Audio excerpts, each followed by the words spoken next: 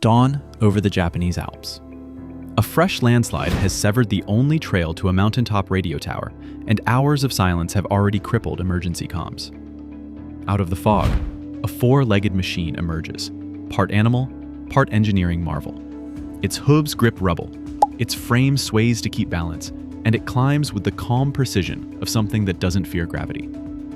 This is Kawasaki's hydrogen-powered quadruped, a concept that blends robotics, off-road endurance, and fuel technology in a way few have ever attempted. Basically, it's a robot horse. First, everyone wanted to get rid of their horses and replace them with cars, and now everyone will want their horses again. What's next? A robotic mail pigeon? But it promises hours of operation, quick refueling, and the ability to go where wheels fail entirely. Yet under the surface, its power system works in a way that even many hydrogen experts wouldn't guess.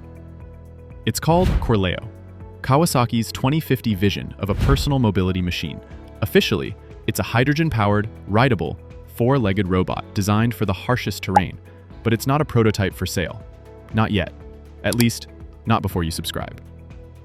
But this is a concept born for Expo 2025, meant to showcase where Kawasaki thinks transport could go when roads, rails, and even trails can't keep up. The design reads like science fiction made practical. 4 independent legs, each with split rubber hooves that flex and twist for grip, steering that responds to the rider's weight rather than handlebars, and a dashboard that can project a path directly onto the ground at night. Think trail breadcrumbs made of light. The shape and stance borrow from a horse, basically. The materials and systems borrow from heavy industry, and the vibe borrows from the button, which you are about to click. Most surprising is what's inside.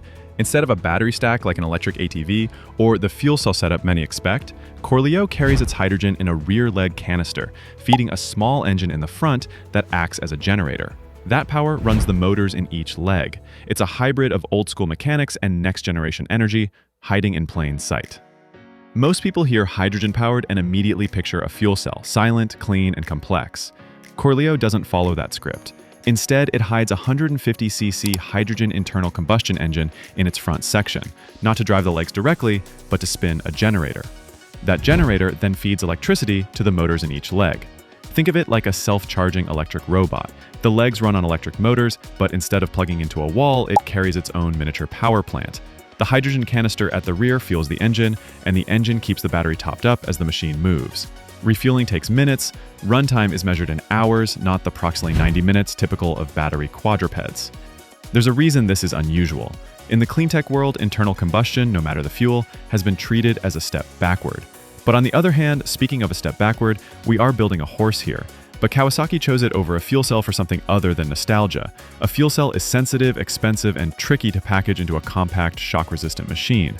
A small hydrogen engine, on the other hand, is rugged, cheaper to build, and much easier to keep running in the kind of terrain CORLEO is meant for. The choice hints at a larger strategy. This isn't a someday fantasy powered by tech that doesn't exist yet. It's a machine that can be built with today's tools, deployed in today's environments. Which raises the real question. Is this a 2050 mood board, or a signal that a fieldable version is technically doable today? CORLEO didn't appear out of thin air. 2 separate Kawasaki projects had already laid the groundwork, one in robotics, the other in hydrogen power. On the robotics side was Bex, a rideable quadruped unveiled in 2022. It looks more like a mechanical ibex than a horse, but it proved Kawasaki could make a stable, legged platform that could carry a 100-kilogram payload and move safely over uneven terrain. Riders could control it with handlebars or let it navigate autonomously. It wasn't fast, but it was steady, reliable, and most importantly, it worked in the real world, not just in renderings. On the hydrogen side, Kawasaki has been quietly building a resume that few companies can match. They've run hydrogen motorcycles in public, they've partnered on a hydrogen engine buggy, the Hydrogen SE-X1, that survived the punishing Dakar rally stages, proving that hydrogen combustion can handle extreme heat, vibration, and dust.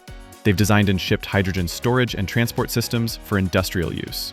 CORLEO is where those 2 streams meet. The proven stability of Bex's leg platform, powered by a hydrogen engine hardened in racing and industry. It's not a moonshot into unknown tech. It's a fusion of systems Kawasaki already knows inside and out, which makes one detail even harder to ignore. If they've already proven the parts work separately, how far are they from putting the whole machine into the field? CORLEO moves like a living thing because every leg is built to think for itself. At the bottom are split rubber hooves, two flexible halves that twist slightly to grab whatever surface they land on. Above that, each leg is a stack of joints powered by electric motors that can bend and push like knees and ankles. The rear legs are mounted on a swingarm-style frame, the rear suspension piece for motorcycles, so they can absorb heavy hits without throwing the whole machine off balance. Steering doesn't happen with handlebars. The rider shifts weight, lean forward to speed up, lean back to slow, tilt side to turn. It's closer to skiing or horseback riding than driving. Inside the dash, a simple display shows hydrogen levels and the machine's center of gravity in real time. At night, small projectors can throw a visible path on the ground ahead, marking a safe line to follow over rough terrain. The AI handles the fine details. If the front right hoof lands on loose gravel, sensors in the leg feel the slip and adjust pressure instantly. If a rock juts into the path, the leg lifts higher without the rider needing to think about it. Each step is calculated, each shift of weight balanced against the other three legs. The goal? Let the rider focus on the route while the machine handles the physics of staying upright. Right now, the most advanced commercial quadrupeds, machines like Boston Dynamics Spot or Unitree's Go2, are battery-powered. Spot's specs: 14 kilogram payload, about 90 minutes runtime before needing a charge.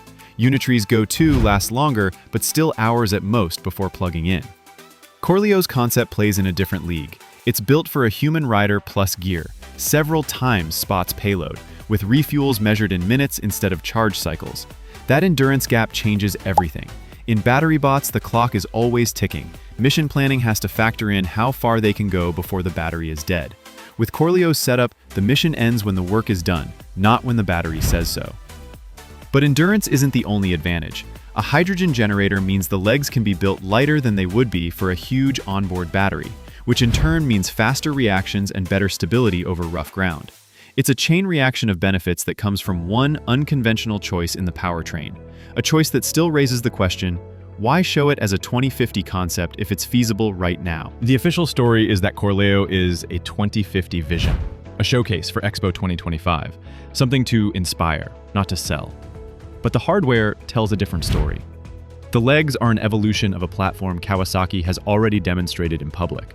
The hydrogen engine is based on tech that's already survived grueling real-world tests. The control systems? A mix of sensors, AI balancing, and rider input that can be built with off-the-shelf parts today. Which leaves one puzzle piece that doesn't quite fit: the hydrogen cartridge system. Instead of large tanks or permanent storage, CORLEO's design suggests swappable canisters. That would sidestep the biggest problem with hydrogen vehicles: the lack of fueling stations. A cartridge could be swapped in minutes, anywhere, no infrastructure required. But here's the twist. Kawasaki hasn't said much about those cartridges publicly. If they're already developing a safe, standardized hydrogen pack, that technology alone could be worth more than the robot that carries it. Back on the mountain, the rider crests the ridge. The radio tower comes back to life. Down below, the rescue teams move. The climb took minutes, the machine never slowed, and there was still enough hydrogen left for the trip home. If CORLEO is truly just a concept, it's an oddly complete one, more like a ready-to-deploy prototype dressed in the language of a future vision. If it isn't, then Kawasaki may be signaling that the real revolution isn't four legs or AI balance. It's portable hydrogen power that can go anywhere. And if that's the case, the question isn't whether machines like this will exist. It's how soon they'll show up without warning, already working in the field. But I'm still sticking to my Prius.